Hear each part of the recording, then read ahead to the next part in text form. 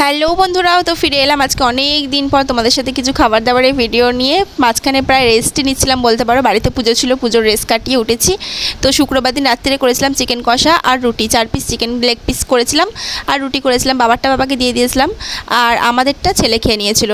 মানে এটা একটা মজার ঘটনা সঙ্গে ঘটিয়েছে, মানে 3টে লেগ পিস, ওর বাবারটা, ওরটা, আমারটাও খেয়ে নিয়েছিল আর আমি ভাত খেয়েছিলাম। তারপরের দিনকে শনিবার দিনকে গিয়েছিলাম বাপের বাড়িতে, তো একটু মাংস আর লুচি খাবো বলে, তো ভাইয়ের বউকে বলেছিলাম যে মাংস লুচি বানাতে।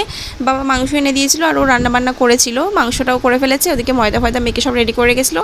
পরে আমি গিয়ে বেললাম আর ও ভাজলো। তো এইভাবে সেদিনকে রাত্রিবেলা ডিনারটা ওখান থেকে করে আমরা এসেছিলাম। এই দেখো এখানে আছে এক হাঁড়ি লুচি। তো এখন বরকে খেতে দিয়ে দেবো, দেওয়ার পরে ও খাওয়া হয়ে গেলে তারপরে শ্বশুরের খাবারটা নিয়ে বাড়ি চলে যাবো। যদিও আমি 2টো লুচি খেয়েছিলাম, একটু ভাত খেয়েছিলাম, মানে ভাতটা না খেলে ঠিক পোষায় না, একটু লুচি খেয়ে খুব গা গোলায়।